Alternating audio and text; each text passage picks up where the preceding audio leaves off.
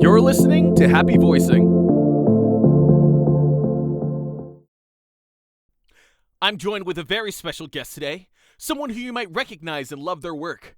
Whether it's from Home Safety Hotline, Seasonal Worker, or Forbidden Solitaire, here's Mitchell Dalton Lee. All right, so I've got a very special guest today. You've probably seen their work recently at an Anime Expo event where they had this nice little voice acting thing for Bang Zoom, and it was absolutely amazing to witness that. Can you please introduce yourself? Hello, my name is Mitchell Dalton Lee. I'm from West Jordan, Utah. I've been voice acting for about 5 years since the early days of the pandemic. And yeah, that was fun over in Las Vegas with Level Up Expo. Yeah, I really enjoyed that opportunity that Bang Zoom had. So yeah. awesome. Well, to begin, what does being a voice actor mean to you? So for me, it means getting my voice out to different avenues of production and everything in between. Yep. It's not so much egotistical, right? Because you have people in this industry that really like the sound of their voice, Mhm. but it's the awareness of what my voice can do and where it can take me. Yep. So if that means a video game, I'll be in a video game. If it means an audiobook, I'll be in an audiobook. I just want to try everything out. Yeah, absolutely. I like the versatility that like a lot of voice actors are like branching out to having because like this industry is something where it's like it's very hard to like get your foot into the door and just being Mhm. able to like get in any opportunity is just absolutely I just 100%. Uh Totally. when you started your voice acting journey, what was your experience in assimilating or joining the voice acting community? So I had formed a following on my TikTok account of up to 170K followers. Wow. And I'd like to think that because of that, it had helped me with the confidence needed for rejection, Yeah. cold calling, and connection seeking. And I already had friends on TikTok that were creatives, and they were looking for voice actors for some of their projects, whether it be like indie animation or like audio dramas. So after I had left the platform because I just did not enjoy making content for it anymore, Yep. I had went to Twitter and Discord, and I'd found my community there with some good friends that I got from TikTok. So Okay. I kind of formed a little family there, and I had kind of I wanted to separate myself from the big pool of TikTok and kind of shrink. I wanted Yeah. to shrink down the mutual count so that I don't have to essentially balance plates for everybody. Yeah. I can see that because like overall being able to like networking is a big thing, but Hmm. also like being able to just like know these people and like be around these people and just like it's just a lot and it can be like very like emotionally taxing and emotionally draining. But True. it's great whenever you're able to really find that niche and find that group of people that you really connect with. So that's just great. Uh, have you picked up on any advice that truly resonated with you throughout your journey? So I'm a big fan of conventions. Yeah. Not only with Level Up, but over here in Utah we have FanX. And the king of FanX, the guy who comes there every single year, is the legendary Jess Harnell, who Hmm. voices Wacko from Animaniacs, and he. I visit with him nearly every single time that he's there. So every single year, you can expect me in that line, waiting to visit with him or helping him with the officer. I forgot the guy's name, unfortunately. I think it was Doug Smith. Hmm. He has this little toy drive during Christmas. Yeah. So I always visit with him there. So I visit him twice a year. He's almost like a distant family member at this point. But when I had met with him about the third time, I had felt so bad about like continually asking him questions about the craft of voice acting. Yeah. And I had perceived that like I was bothering him. Yeah. When I had come to him apologizing, he looked at me and said that I was never annoying. And I always take those words into consideration if I ever feel like I'm bothering somebody Yeah. about voice acting opportunities and cold calling. And I know that's a very personal advice because it was just mano y mano, person to person. But some other words of advice that I've received. I believe it was Damian Haas who had actually reiterated this, that voice acting is capital A acting, when Yeah. he was over at Bang Zoom doing one of the panels over there at Level Up. Yeah. So that's one that I that comes to mind. I mean, that's so great to be able to have like a person within the voice acting industry that you can like either idolize or that someone that you just like look up to within their Mhm. work. In having like some advice of being like you're never like annoying or you're not like Yeah. annoying is to me like I'm as like a third person sitting in this type of aspect and like kind of like experiencing through your shoes. It seems like it would be absolutely like heartfelt and almost like not just comforting but almost just like alleviating the fact Yeah. where like yeah.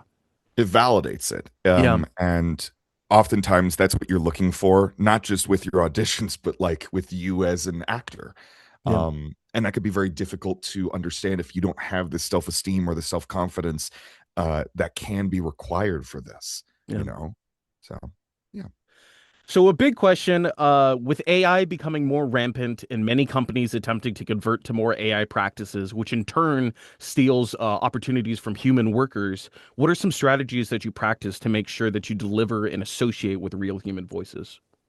I like to hunt. Hmm. I like finding projects that use AI voices of Hmm. recognizable characters, and I message the creators if it would be possible for me to voice match them instead of the AI text to speech. Hmm. One of my biggest roles that I've had is Rex from Devil Artemis Hmm. Animations, and he had originally been using a voice from 11 Labs, voice matching Heavy Hmm. from the video game Team Fortress 2, Yeah. and that's one of my favorite impressions that I do. It's one of the most versatile that I like. It's one of the most versatile accents that I can do, as well as the most asked like Yeah. voice that I can do. Yeah. So when he was casting, he had reached out to me in order to replace his own AI or his own use of uh, Gary Schwartz's performance. Yeah. Um, so like, they can reach out to me, but I like being proactive. I Yeah. want to be a proactive member in the voice acting community, and I hate the idea that we have to bury our heads metaphorically in the sand, and scramble in fear when it comes to the next big AI development, Yeah. when it's announced. Sure, things are scary when it comes to AI and this industry. I'm not trying to, avoid that conversation, Yeah. but I'm not making my booth a bomb shelter. Yeah. I make it a place where I can think more optimistically and then use it as a war room. Um, I also just I don't enjoy the whole tortured artist aspect that some voice actors have, Yeah. where they go into the booth and they deal, or they like to project that they're rejected all the time. Yeah, I mean we signed up for that, but we didn't sign up for this, this wave of AI projects and this Yeah. wave of AI text to speech or voice synthesizers stealing our voices and taking that. Yeah. So I take this opportunity to like connect with other voice actors. And we've already been told so many times that this is a competitive industry. And I think with the rise of AI, it's made it more competitive to AI, but there's more solidarity between actual voice actors and real Yeah. people. And I want to celebrate that. I don't want to diminish that by, thinking the worst case scenario with everything, Yeah. you know. So yeah. I I think that's actually absolutely like brilliant to like, and it seems like such like an easy kind of concept to think of looking over and instead of like condemning like a project that's using like AI voice work or voice synthesizers as you mentioned, by just reaching out and go like, hey, I can probably voice match these characters. I can probably do this work that you're looking for. Do you want to Right. step away from that? Because it just allows more creative people to be creative and not have to almost be feel like blockade. Uh, Right. Yeah. yeah. And it's like it's even better when I have a community of friends who Hmm. all can do separate impressions. Yeah. And I'm sure you're aware of this, Skylar. Whenever people make like demo reels, oftentimes the one big thing that people say is like, don't put impersonations on it. You Yeah. don't want to market yourself as an impersonator. That was 3 years ago. Yeah. Now I feel like it's more necessary. If you can do a Stitch voice, awesome. Yeah. Don't put that on your reel, but that you have a lot more opportunities now than you did before, Yeah. because there's more AI projects that steal recognizable characters' voices, and you can voice match it. And Yeah. this is where I feel like impressionism, or like I think that's the word, or like Yeah. impersonations have come on the rise, or there's more of a renaissance happening in that regard. Yeah. And I don't want to say that I don't condemn all voice acting projects. It or I do condemn some that deal with like stealing voices Yeah. from my friends and from like popular voice actors. I Yeah. condemn those. Mhm.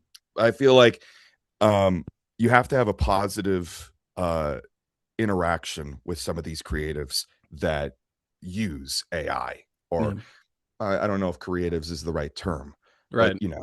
you want to show that you yourself are a human and you can do it better, John Henry style, than the AI Yeah. itself.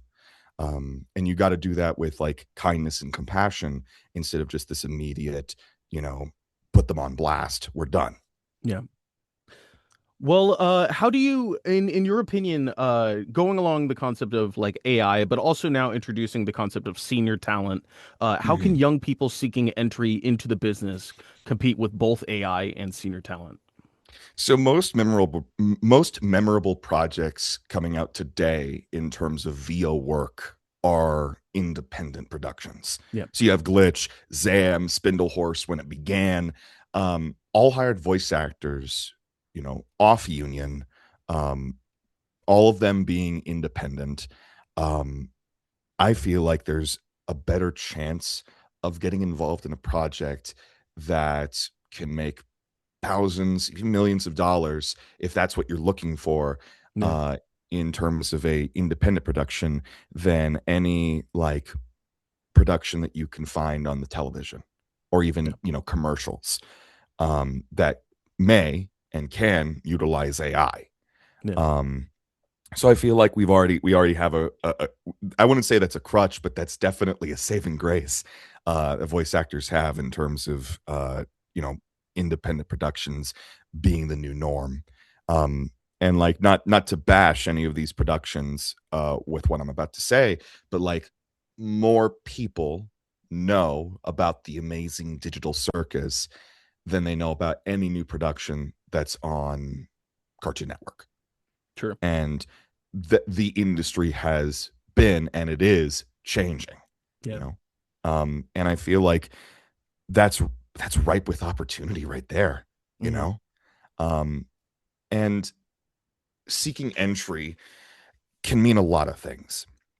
um when I had asked, I believe it was Bill Farmer, how I should get started with voice acting, I was 13 years old. Hmm. And he had said, you know what I did? I went into radio.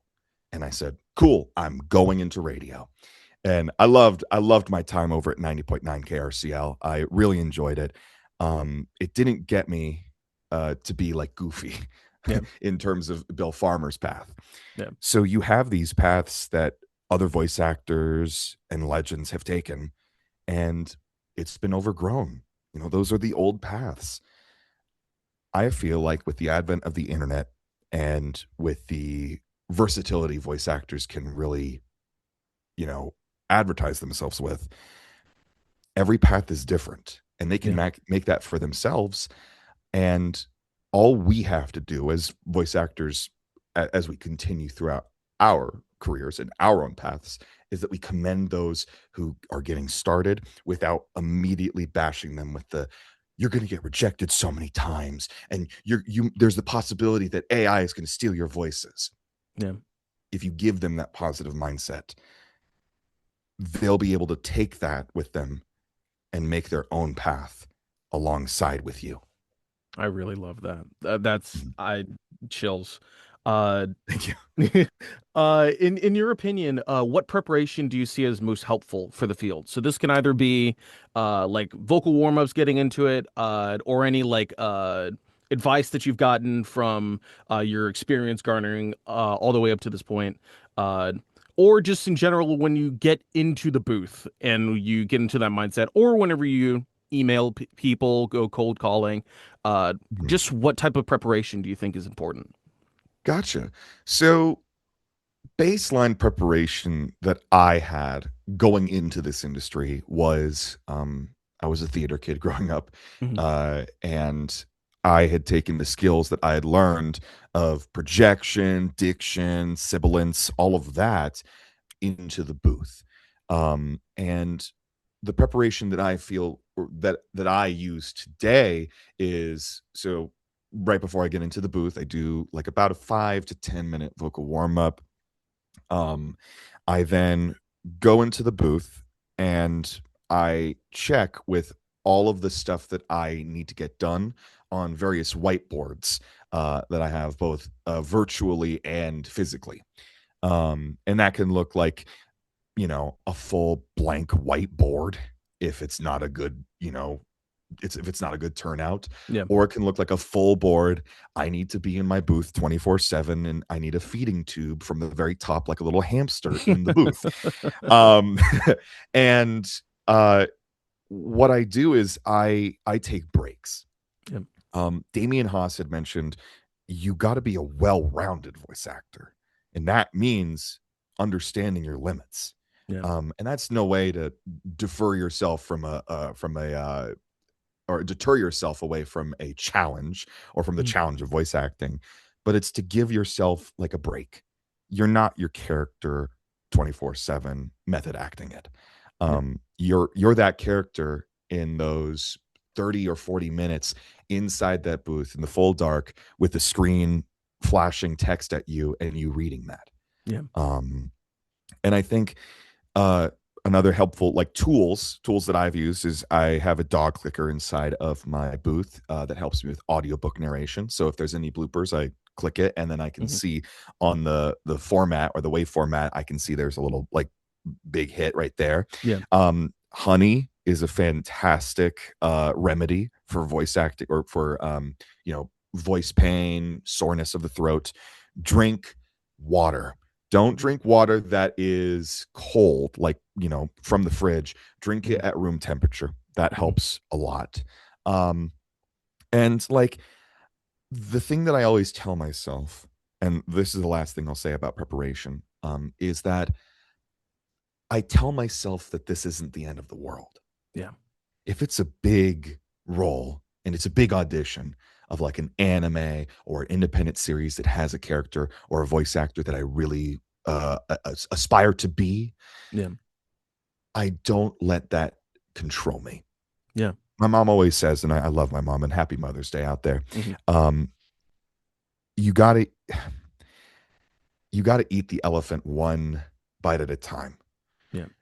And when it comes to, when I use that for voice acting, that just means that the auditions that I have, I do one line at a time, one recording at a time, and I don't let it control me. Yeah. I take control of the situation. It doesn't take control of me. And if I don't land it, I don't land it. Rejection doesn't disturb me anymore as it used to. Yeah. And that's the truth with all voice actors.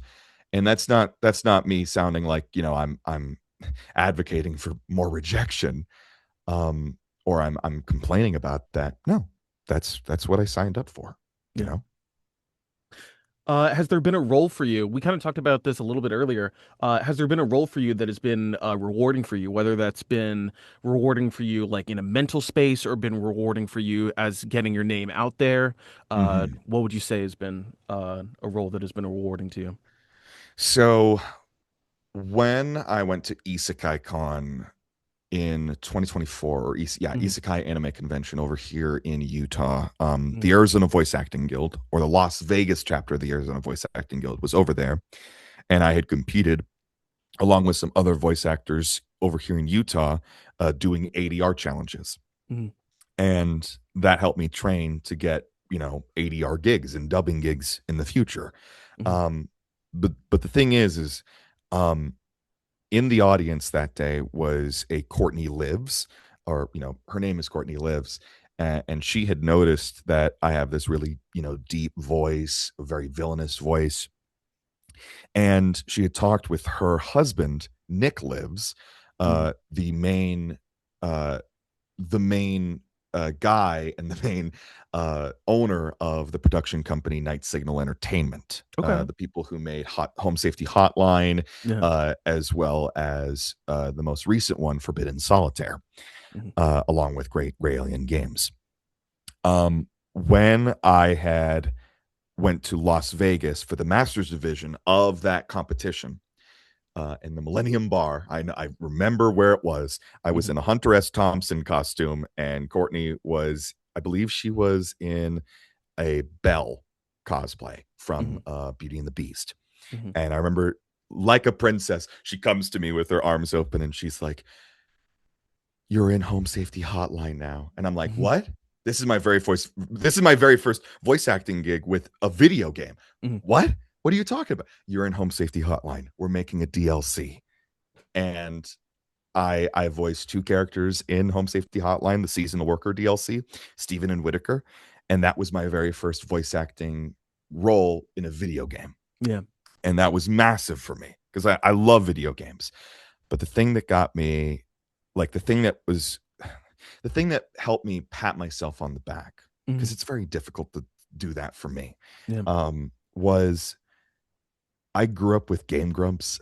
I grew up with watching Aaron Hansen and Danny Avedon, and I really aspired myself to be somebody like Aaron Hansen, Yeah. because he had a bunch of voice acting credits, and he's even getting them now with Game Overs, Mhm. with Glitch Productions. Mhm. Really aspired to be like him, and the fact that I was able to, as little as this is for some other people, it's big for me.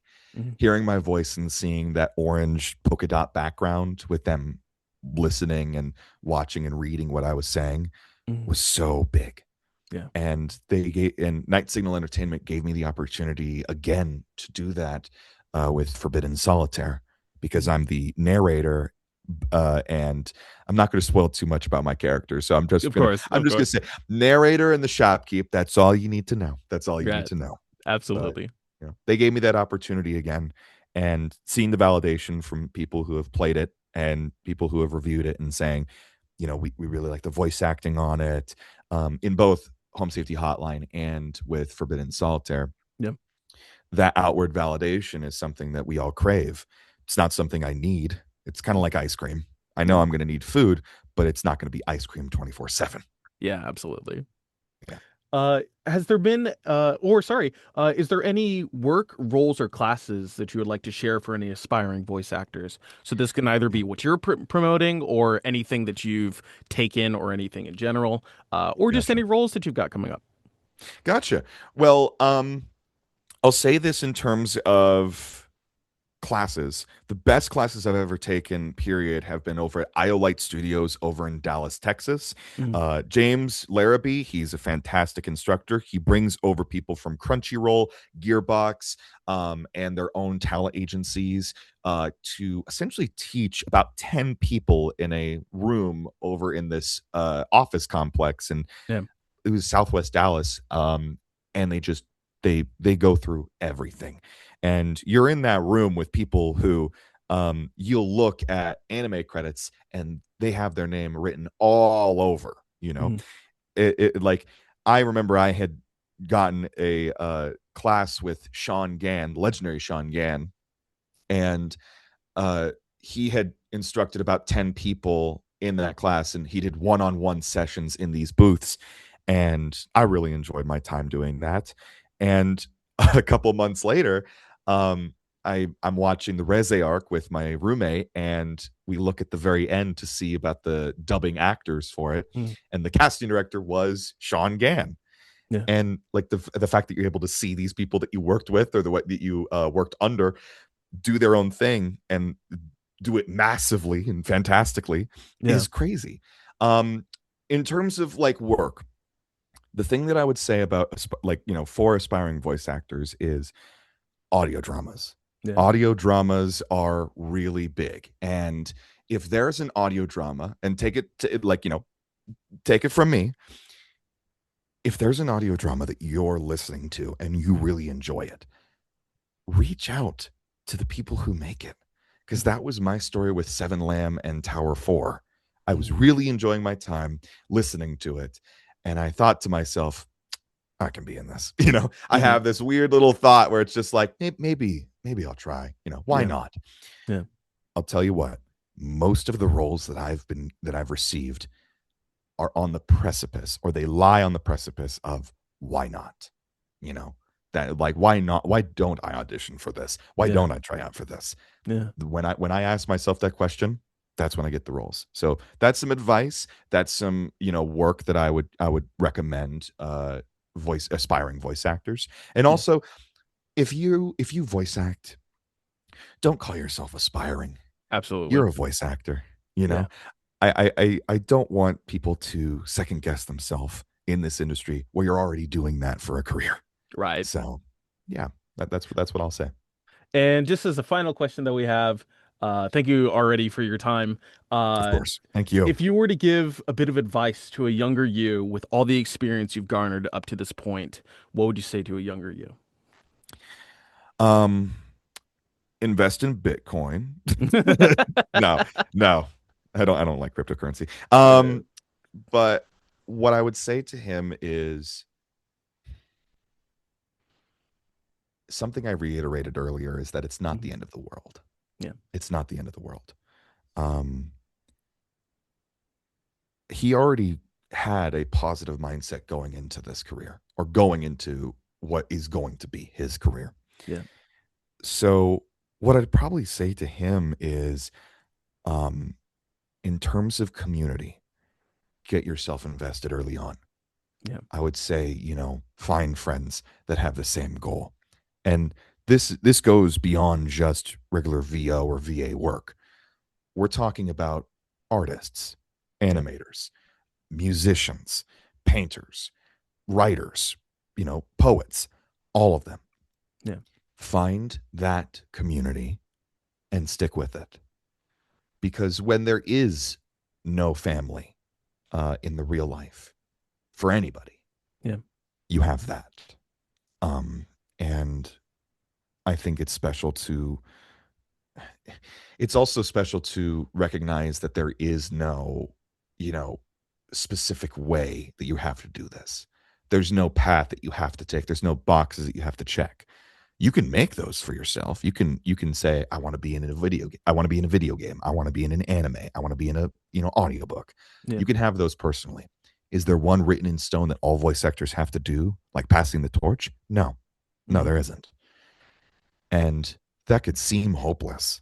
Like you have no instructions, but it's like a blank canvas. You can do whatever you want with it. And any pathway that you want to make for yourself, it's going to work. Manifest that for yourself, manifest that for others, and more importantly, manifest that for your friends. Because if you have friends in the industry or that have the same goal, you guys progress along. When we went over to, and I'll end it with this. Yeah. When I went over to do the Bang Zoom open auditions, and I had subsequently gotten callbacks, I was brought with 3 other voice actors, all from Utah and Idaho. Raymond, Justin, Jim, if you're listening to this, I love you boys. Those are my ride or dies. And we had gone there to Las Vegas when we got the announcement that Bang Zoom was going to be there, and we had purchased our VIP tickets on the day. And we all road trip down over there. And our primary goal was, we're going to get in front of Mami Okada, we're going to get in front of Bang Zoom, and we're going to try our best. That's the primary goal. If we get anything beyond that, that's only secondary. Yeah. And that was secondary when both me and Raymond, 50% of our group, got callbacks.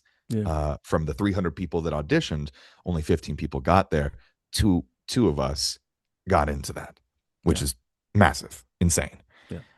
I wouldn't have done that without Jim. I wouldn't have done that without Justin. I wouldn't have done that without Raymond.